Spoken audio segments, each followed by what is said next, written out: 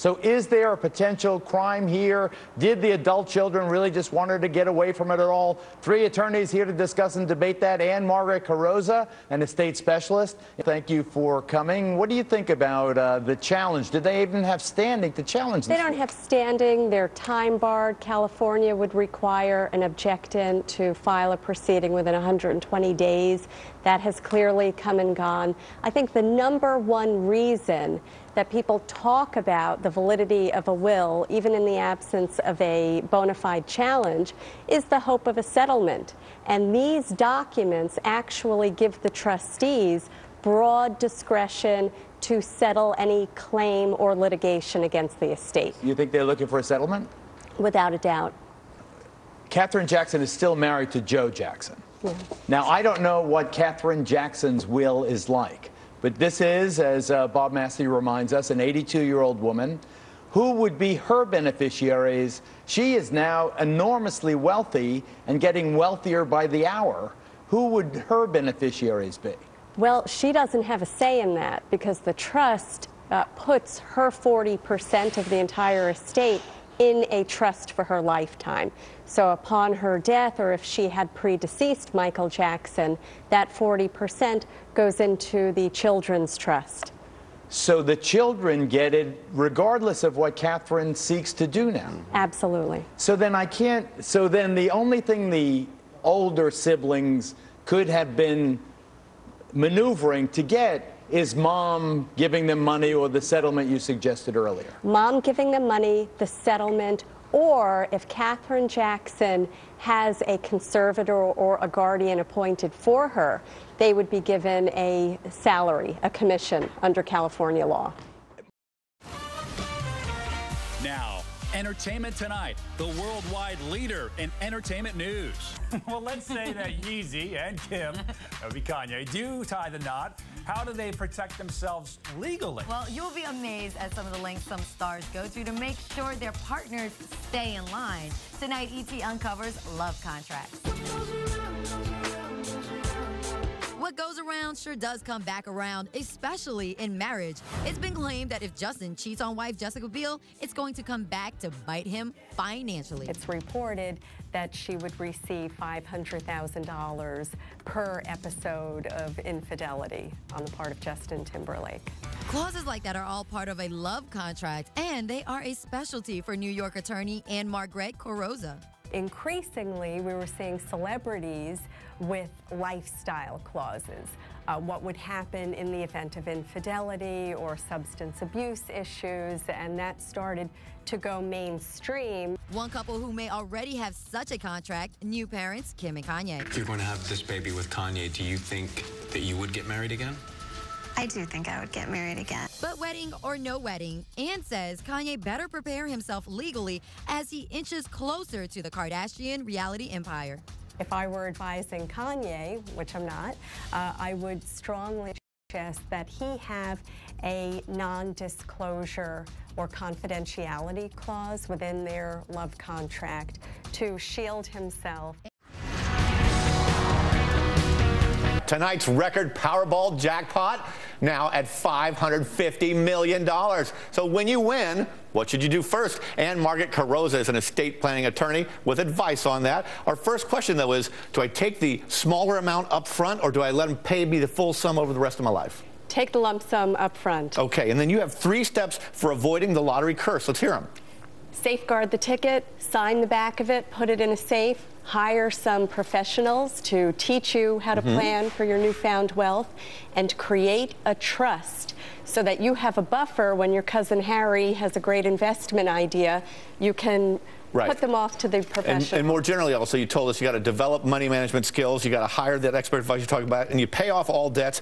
I mean, my gosh, you're not going to have to worry about anything on debts ever again, will you? What if I'm going in an office pool? What should you do ahead of time? If you're going in an office pool, make sure that the rules are crystal clear. Never spot someone because then they can claim that you agreed to spot them and sue you. Exactly. What else you got for us? Very, very important. Put the money in a trust.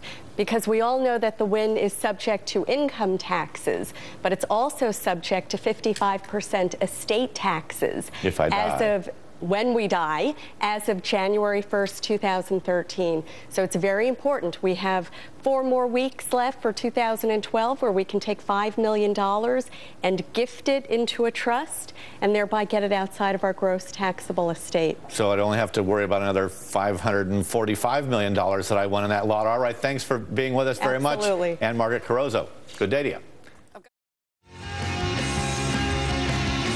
At a whopping $425 million, tomorrow's Powerball drawing is already set to be the biggest jackpot in Powerball history, the second largest overall. You may remember the previous Powerball record was $365 million. Jackpot won by 8 co-workers at a Nebraska meatpacking plant 2006. They each walked away with just over $15 million each after taxes. Not bad, but still, there are some warnings if you are going to join an office pool. And Margaret Carrozzo joins us now. Please explain to my friends here why this is such a sketchy notion. Well, thousands of people are engaging in office pools, and there's so much excitement going on, but it's critically important that we put a few ground rules in writing, or as you said, people are going to be at each other's throats. You appoint someone who's going to be the lottery captain or manager, and the identity of this person can change as we go along. They have a lot of responsibility. They collect the money. They keep a sheet of collections and they check it off. They buy the tickets. They ensure that everyone signs the back of the ticket and then photocopies it and distributes it to everyone. So put it in writing, appoint a lottery captain, contribute equal amounts. That's important too, because some people put in a 10, some people put in 2. It is, and you can't be loose with this because it leads to expectations that are going to go unfulfilled. I think they should be able to buy an individual ticket, but we as a group should sign what is supposed to be the group ticket. Walk us through some of the other don'ts, things not to do when you're a lottery Don't pool. leave it open-ended. I'm not going to pass you in the hallway and say, oh, I'm going to go buy a lottery ticket this afternoon, and you say, okay, I'm going to give you some money. I should send out an email. I mean, realistically, no one's going to have the time or wherewithal to do a full-blown contract. That's silliness. Right. But I can send out an email to everyone saying, I'm going to the deli at 3 p.m. Anyone who's interested, please get me $5 before then. If you didn't, I assume you're not in it. And that's a paper trail. We all know that emails hang around forever. Yeah. Well, what happens in the litigation, if there is a winner and it's an office pool, you can be sure that people are going to say, I thought I was in. I thought that you were going to cover me. That's our usual deal. That's why it's so important to have rules and never deviate from the rules. You want to, with any legal protection, anticipate the slings and arrows down the road. And I want to be able to say in court, no one said that they were going to cover you, because we don't do that for anyone. And there are very real lawsuits about this. Oh, yeah. And there's a hope that they're going to settle. So if you guys won the office pool, I might bring a nuisance lawsuit because you're eager to get your hands on the winnings. You don't want to be in court with me for a year, even though you're going to win. Lump sum or take the payments? Lump sum. What do you like? Lump sum. Lump sum. Absolutely. Lump sum. All right. The news is now. And your own personal financial crisis could destroy your love life. Apparently, Cupid wants to know your credit score. And for some lovelorn people, if your credit stinks, well, you could spend life alone. I talk with attorney Margaret Carrozzo about what it really needs, why it really matters, about what type of credit the love of your life has. Take a listen. I think traditionally a credit score would have been a silly thing to even think about in terms of dating. But now, because the credit score really impacts so much in our day-to-day lives, it's as relevant an inquiry as our prospective partner's health history or criminal background. Financial issues are one of the leading causes of divorces and breakups. So it really makes sense to bring this topic up at some point, because in the context of marriage, you are marrying the debt. So if I'm dating someone with a poor credit score, what's going to be very important is, what are they trying to do about it? Are they taking it seriously? Are they trying very hard to live within their means? Or are they driving a super expensive car and wearing beautiful clothes and going out to dinner every night? Good love equals good credit or vice versa. Now, it's Entertainment Tonight from New York City. Hi, everybody. Well, we have big news out of our Times Square studio. We are the only show to sit down with a Kardashian hot on the heels of the breakup. And it's already making some news, Rob. Nancy, that is a huge, huge get. Well, back here in L.A., our ET staff is reeling from the crazy footage of Bruce Jenner, who owes a lot of his fame today to the paparazzi, and now he's snapping at the paps. The Kardashian marriage collapse is Entertainment Tonight's top story. Hi, Bruce. How are you? So help me.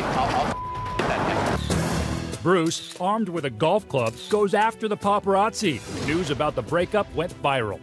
You know you're in the news about a split? No, look, listen, bottom feeders. What? Get out of here. We're on private property. You just called the cops. Right. Both get you know you're in the news about a split? 22 years married, now done. The reality show couple issued a statement which reads in part, quote, "We are living separately and we are much happier this way." Was Kris seeing a Bachelor star? In Touch Weekly on Stands Now claims the 57-year-old Kardashian matriarch has been with Ben Flajnik, who is just 31. She even posted a photo of them at his vineyard in Sonoma, California last September. There's no negative bad blood. In our exclusive interview in New York, Rob Kardashian told ET that his mom and stepdad are happy. Bruce, to me, is always my dad. He's been in my life since I was 2 years old, and that will never change. The couple has 2 kids together, Kendall and Kylie, but anyone who watches Keeping Up with the Kardashians knows Bruce has been a father figure to the whole brood. Bruce and I are fine. Everything's okay. Everything good. is perfect. Here on The View and elsewhere, Kris has repeatedly denied rumors that there was trouble. And while we don't know exactly why they split, she tells the new Us Weekly on Stands Friday, quote, "We are not fighting over money." Their fortune is estimated at around $200 million. And according to reports, there is no prenup. If I were advising Kris, which I'm not, I would urge her to settle this quickly and quietly. Getting Bruce to sign a non-disclosure agreement should be worth way more to Kris than fighting it out for an extra $1 million or $2 million. And if those dating rumors are true, we suggest this. A love contract is a legal document, sort of like a prenuptial agreement. Protecting partners with binding love contracts is the business of New York attorney Ann Margaret Carosa. It can also include a list of deal breakers. Cheating, a huge and very expensive deal breaker. One mystery Hollywood Mr. and Mrs. has a clause where if he cheats, she gets $5 million.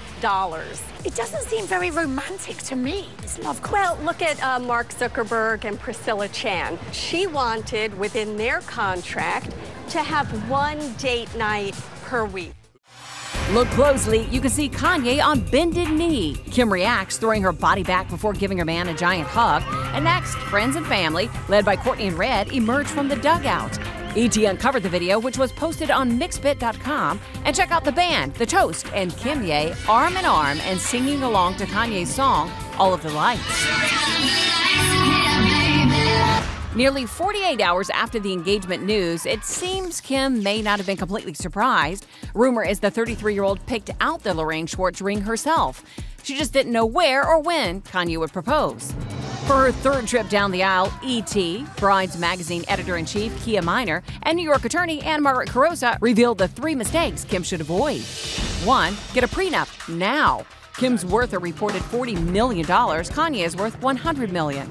We want prenup. We want prenup. Yeah. I would urge both parties to have a non-disclosure requirement within the prenup, where they're not allowed to speak negatively about each other in public following a breakup. They may also consider an infidelity clause. Number 2, no TV wedding. I think it's going to be awfully difficult for them to resist the temptation, because that could mean millions and millions of dollars. Number 3, what not to wear.